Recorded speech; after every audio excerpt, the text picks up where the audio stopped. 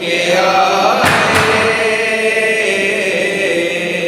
وہ حبیب خدا بن کے آیا، وہ نبی رحمت عالمی ہے،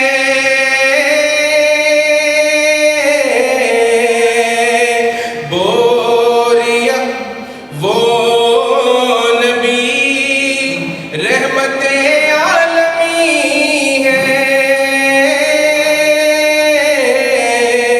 جو بھی ہے اس کے زیر نگی ہے، ایسا غمخوار دیکھا نہیں ہے، ایسا مختار دیکھا نہیں ہے، جیسا خیر الورا بن کے آیا، سب رسول خدا بن کے آئے، وہ حبیب خدا بن کے آیا، مسند نعت عرش بری ہے، بوریا جس کا فرش زمین ہے، در کا دربان روح الامی ہے، در کا دربان روح الامی ہے، سرور انبیاء بن کے آیا، کیا ظہوری لکھے شان کی،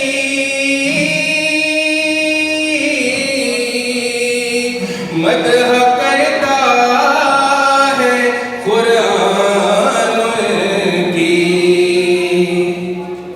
کیا ظہوری لکھے شان کی، مدح کرتا ہے قرآن کی، نعت پڑھتا ہے حسان کی، نعت پڑھتا ہے حسان کی، جو میرا رہنما بن کے آیا، سب رسول خدا بن کے آئے، سب رسول خدا بن کے آئے، وہ حبیب خدا بن کے آیا۔ شاید اشعار اور سنا دے گا، بہت اچھی پڑھتے ہیں، سنا دے۔ صلی اللہ علیہ یا رسول اللہ وسلم علیہ یا حبیب اللہ، ہر طرف انوار کی برسات ہے، ہر طرف انوار کی برسات ہے، آمد سرکار کی کیا بات ہے، کیا بات ہے، آمد سرکار کی کیا بات ہے، اللہ اللہ اللہ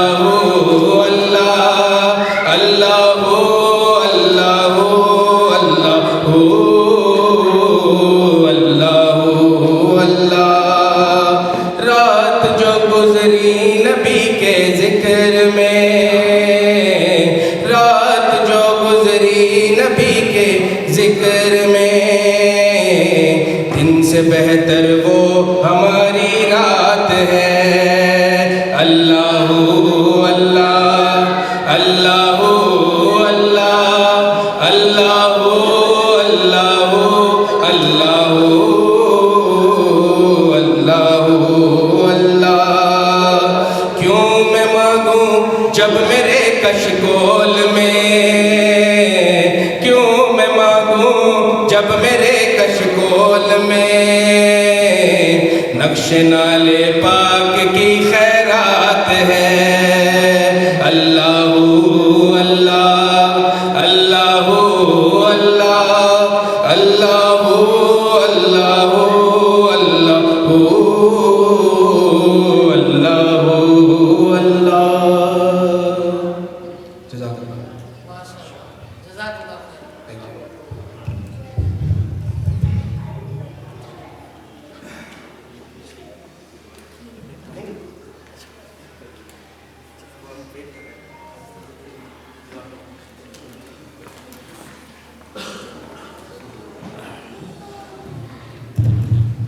نحمده ونسلم على رسوله الكريم اما بعد فاعوذ بالله من الشيطان الرجيم بسم الله الرحمن الرحيم قال الله تعالى في القرآن المجيد فرقان الحميد واما بنعمة ربك فحدث صدق الله العلي العظيم وصدق رسوله النبي الكريم۔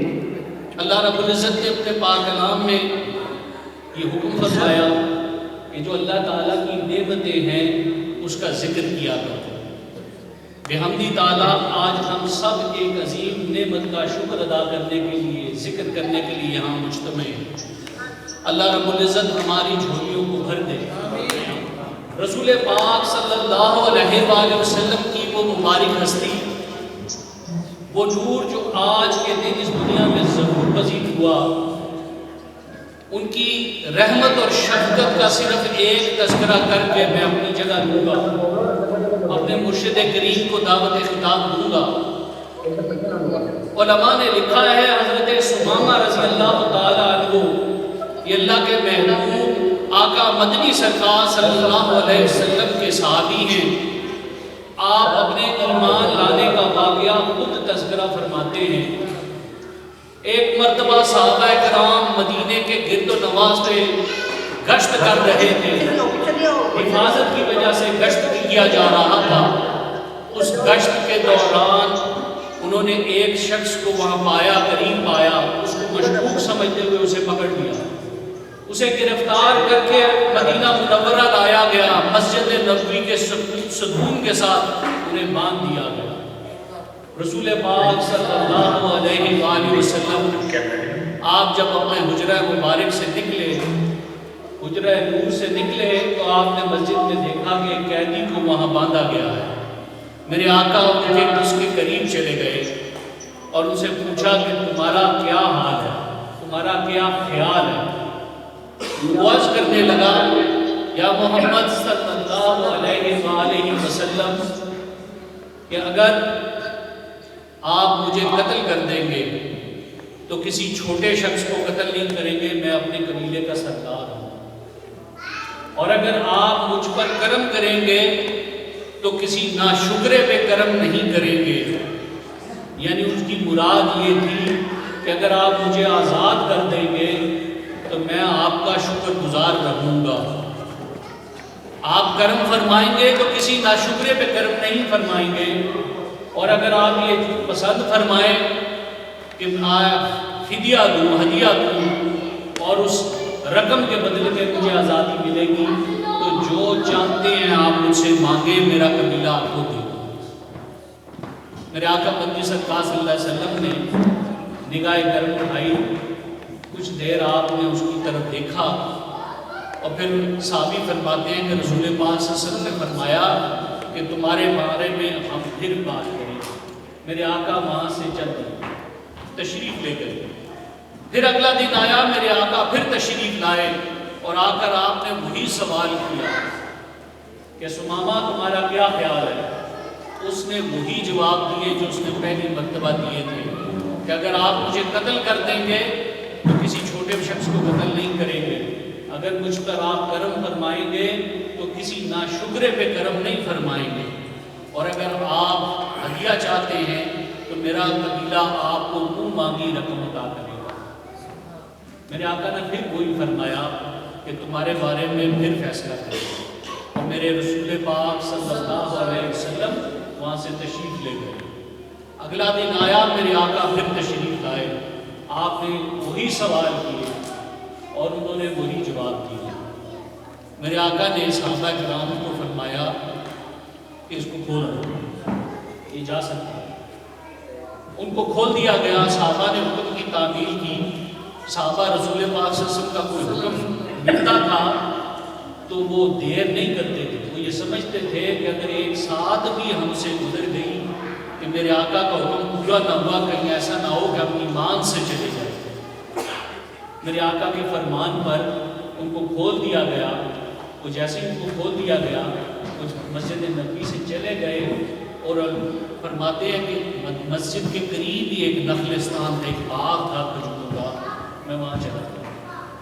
فرماتے ہیں میں نے وہاں غسل کیا، غسل کر کے تازہ دم ہو کر میں واپس اللہ کے محبوب کی طرف لوٹا مسجد نبوی، کیونکہ رسول پاک صلی اللہ علیہ وسلم سے اب مجھے اتنی محبت ہونے لگی تھی، ان 3 دنوں میں 3 مرتبہ ملاقات میں ایسی محبت ہونے لگی کہ مجھ سے رہا نہ گیا۔ میں واپس مسجد نبوی کی طرف لوٹا، اور جیسے ہی مسجد نبوی سے دروازے میں داخل ہوئے، دور سے ہی نعرہ لگا دیا اشہد ان لا الہ الا اللہ واشہد ان محمد رسول اللہ صلی اللہ علیہ وسلم۔ یہ میرے آقا مدنی سرکار صلی اللہ علیہ وسلم کا فیضان تھا کہ آپ کی 3 ملاقاتوں میں آپ کے نگاہ نے وہ اثر کیا کہ دل ایمان سے لبریز ہو گیا۔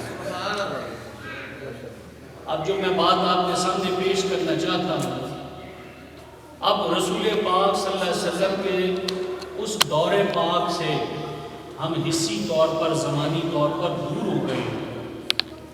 کیا آپ کے خیال سے اب رسول پاک صلی اللہ علیہ وسلم کی نگاہ کا فیض ہمیں میسر نہیں آ سکے گا؟ کیا صحابہ کرام کے دل کو نبی علیہ السلام کے نور، نگاہ نور سے چمک گئے؟ ہم اپنے دلوں کا کیا کریں؟ ہم اپنے کاسہ دل لے کر کہاں جائیں؟ میرے محبوب آقا مدنی سرکار صلی اللہ علیہ وسلم نے ہمیں بے یار و مددگار نہیں چھوڑا۔ جس طرح نبی علیہ السلام کا کلام محفوظ کر لیا گیا حدیث مبارکہ کی شکل میں، جو نحوی تھے انہوں نے رسول پاک صلی اللہ علیہ وسلم کے کلام کے اوپر زیر زبر لگا دی اور آپ کے کلام کے لفظ کو صرفیوں میں محفوظ کر لیا۔ لیکن یہ اللہ والے، یہ خانقاہ والے، یہ اللہ کے مقربین بندے، انہوں نے نبی علیہ السلام کی قلبی کیفیت کو محسوس کیا۔ یہ تصوف، اہل تصوف، یہ اللہ والے، یہ ہم تک نبی علیہ السلام کے قلب کی کیفیات کو پہنچاتے ہیں۔ جس طرح کتابیں ہمیں حرف پہنچاتی ہیں، یہ اللہ والے اپنی نگاہ سے رسول پاک صلی اللہ علیہ وسلم کی نگاہ کی اس تاثیر کو ہمارے تک پہنچاتے ہیں۔ ہم بے یار و مددگار نہیں، رسول پاک صلی اللہ علیہ وسلم کے نائبین جن کی نگاہوں سے آج بھی دل دھلتے ہیں، اس امت کے اندر موجود ہیں۔ اللہ والوں کی مجلس پہ بیٹھ کر دل پاک اور مزکہ ہو جاتا ہے، صاف ہو جاتا ہے، دل چمکنے لگتا ہے۔ جس طرح حضرت سمامہ رضی اللہ تعالیٰ عنہ کا دل چمکا تھا، آج بھی ہم میں